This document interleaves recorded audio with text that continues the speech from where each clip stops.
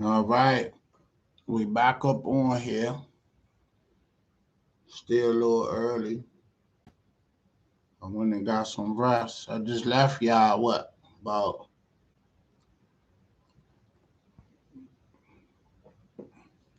about 3 o'clock.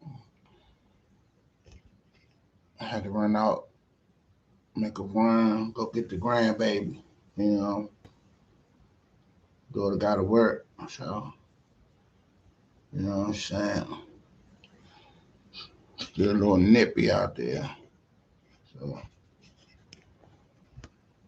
yeah. So anyway, all right. I got the homie Brian Mcnight. You know, come.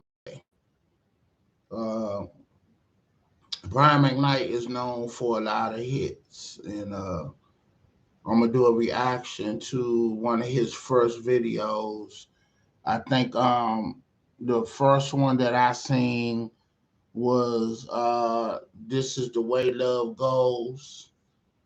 I think that was one of his first ones that I saw, and it was on a video show on Channel 7, and it was like an off-brand show with an off-brand host. The show didn't even last long, and you know, but I think the guy name was Gilliam. I'm not sure. Light skinned curly haired brother, and you know, the show was nice. But I saw his video. This is the way love goes. I think that was his first one, but Brian McKnight was also in a group called Take Six. If I'm not mistaken, he was part of that group and then went solo. And I think he has a brother or a cousin, or a number of them are related in that group. So I think that's what's going on with that group, if I ain't mistaken. So let me give you some visuals on the brother. Uh, he been catching a lot of flack too from his kids. He got some privileged kids that refuse to grow up, and you know I just looked him up. His birthday is 1969, June 5th.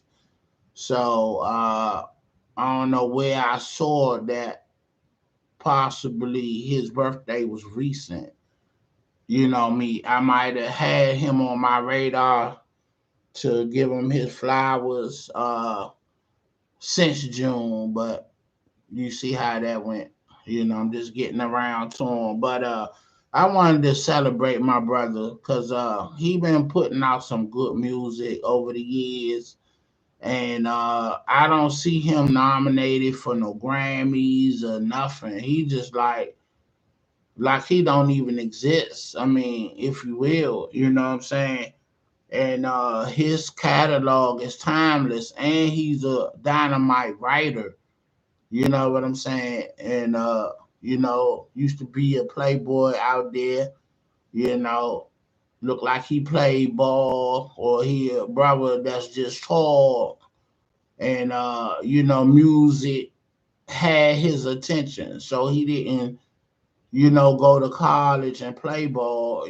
But he looked like he was an NBA player when you look at his tall statue. You know what I'm saying? So he's 52, and yeah, but all you hear about Brian McKnight now is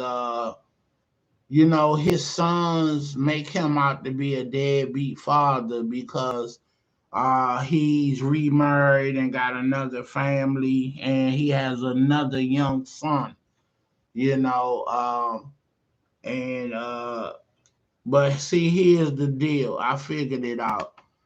He's with the young son mother, and he's physically there with the youngest son, and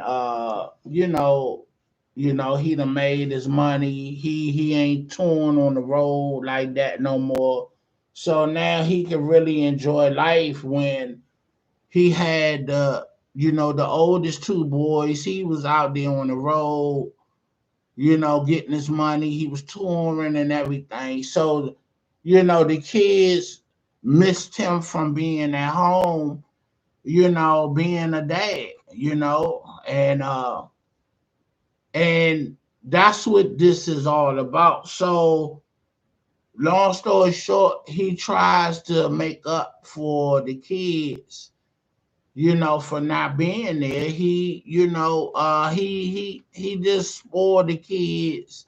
Now they are adult men and they don't want to work, you know. They want to be lazy and then they want to call hit their dad out like he's nothing, you know. I don't know why I got the need to show this American flag. I don't know why, but I'm just moving with my vibe right now. God bless America. Uh, this was my dad flag, so you know, this is what he had on his nightstand. You know, before he died. So I just felt like I kept some of his mementos. But anyway, yeah. So this is what you hear about Brian McKnight more than his catalog of music.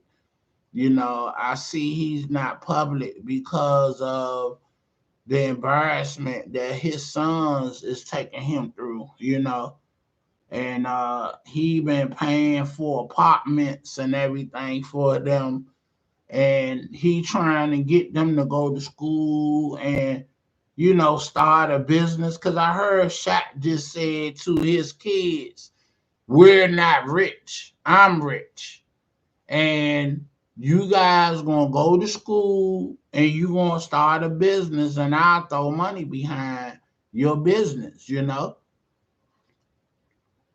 My promise to you is you'll never have to work for nobody else. Shaq is an awesome businessman, and if I ever become wealthy, I'm gonna make sure I call him and ask him some business tip advice, and what investment groups that he's affiliated with, and I invest in some of his brands because I know my returns are going to be great, coming back to me. So you know and Shaq grandmom's name was Chambliss. She married a Chambliss, and I was fortunate enough to meet his moms at AAU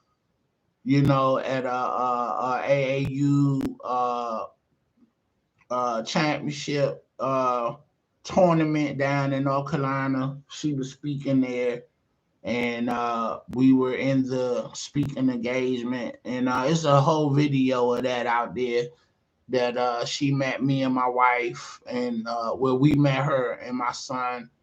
And I told her that I hope to meet Shaq one day in my travels. I actually been to his restaurant in LA across the street from the Staples Center, and his big hit in his restaurant is the ribs, the barbecue ribs. So treat yourself to some ribs if you out there at Shaquille's restaurant. And so his kids is like in their 30s now, 28, and one is 32. And they crying about their dad don't take care of them and all that.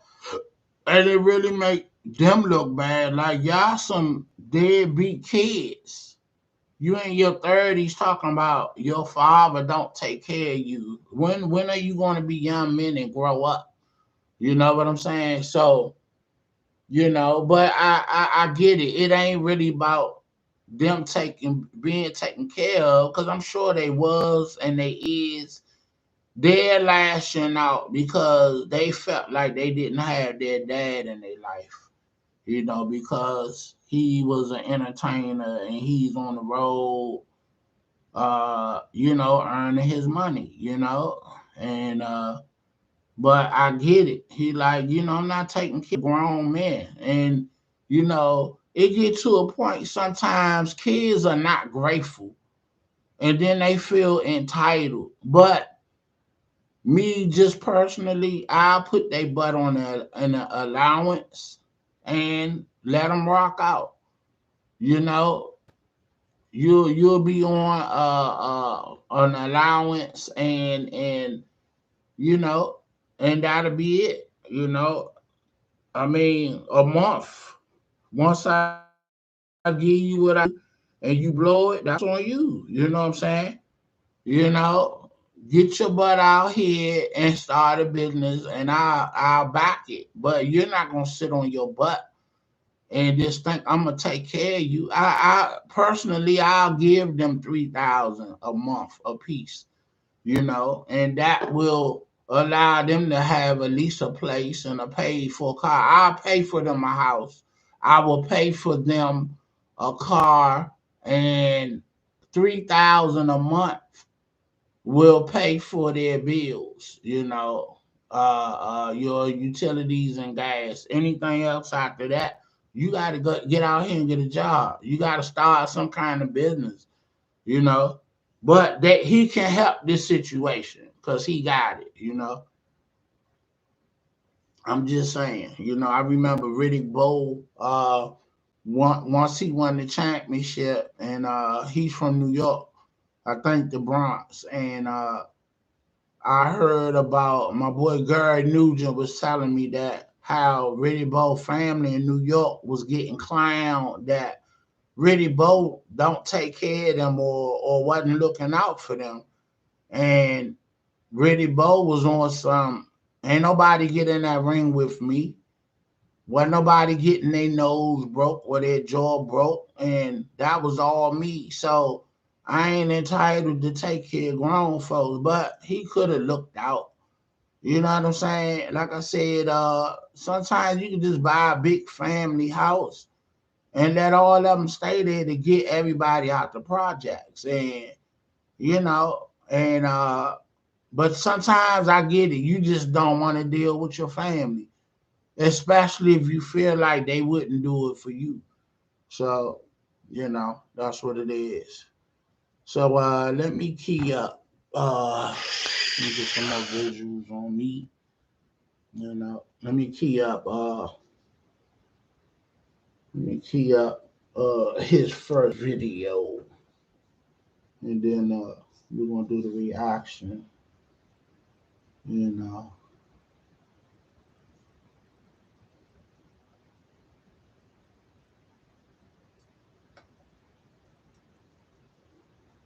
what's that? Brian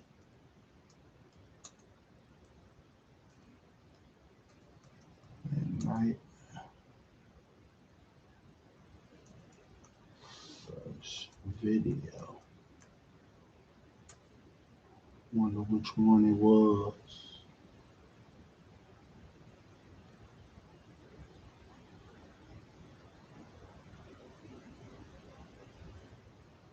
Oh, back at one was his first video. Back at one.